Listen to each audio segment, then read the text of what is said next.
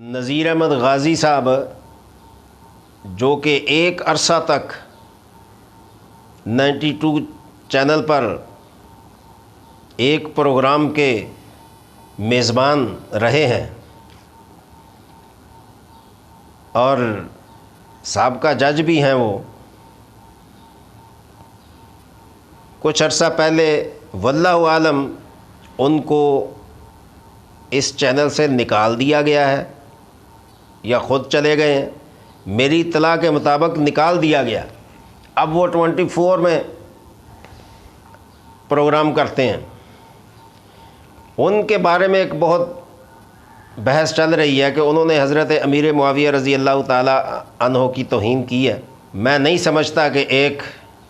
Retire جج سوجھ بوجھ رکھنے والا صحابی رسول صلی اللہ علیہ وسلم کی ایک ادنا سی توہین بھی کر سکے، اور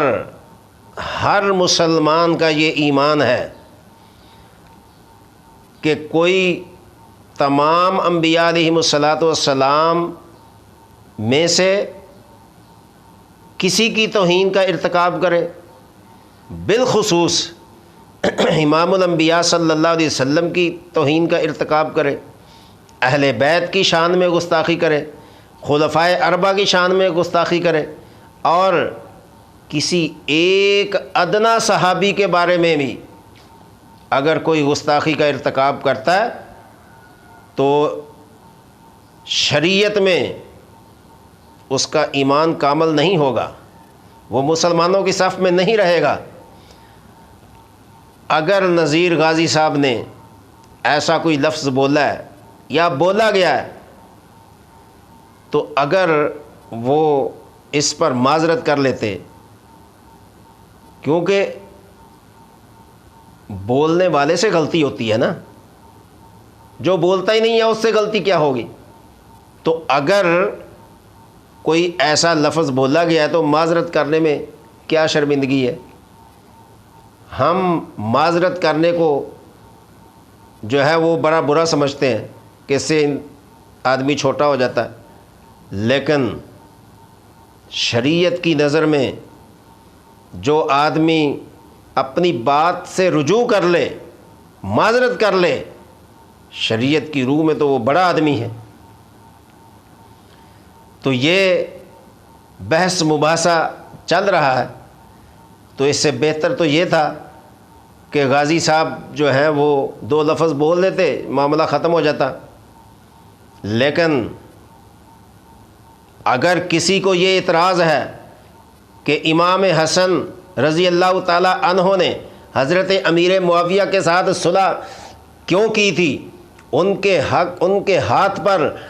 اپنی خلافت سے دستبردار ہو کر ان کی خلافت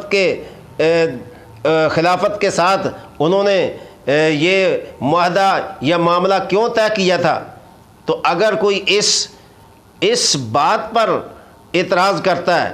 حضرت حسن اور حضرت امیر معاویہ کی صلح پر اگر کوئی اعتراض کرتا ہے تو بغیر کسی شک شبے کے، بغیر کسی جو ہے لا ریب کے، وہ بندہ ان ہستیوں پر اعتراض نہیں کر رہا بلکہ امام حسن رضی اللہ عنہ کے نانا پر اعتراض کر رہا ہے، اس لیے کہ آپ نے فرمایا تھا میرا یہ نواسہ 2 مسلمان گروہوں میں صلح کرائے گا۔ اگر اس صلح کو نکال دیا جائے، نذیر غازی تو کیا، اس جیسے کروڑوں غازی بھی آ جائیں تو اس بات کا انکار نہیں کر سکتے جس کی امام حسن رضی اللہ تعالیٰ عنہ نے اپنے نانا کی بات کی پیشنگوئی کو پورا کیا ہے۔ کیا تمہارے نزدیک اس بات کی کوئی اہمیت نہیں ہے؟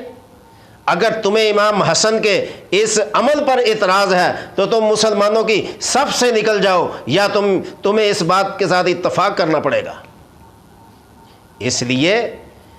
کہ نواسہ رسول صلی اللہ علیہ وسلم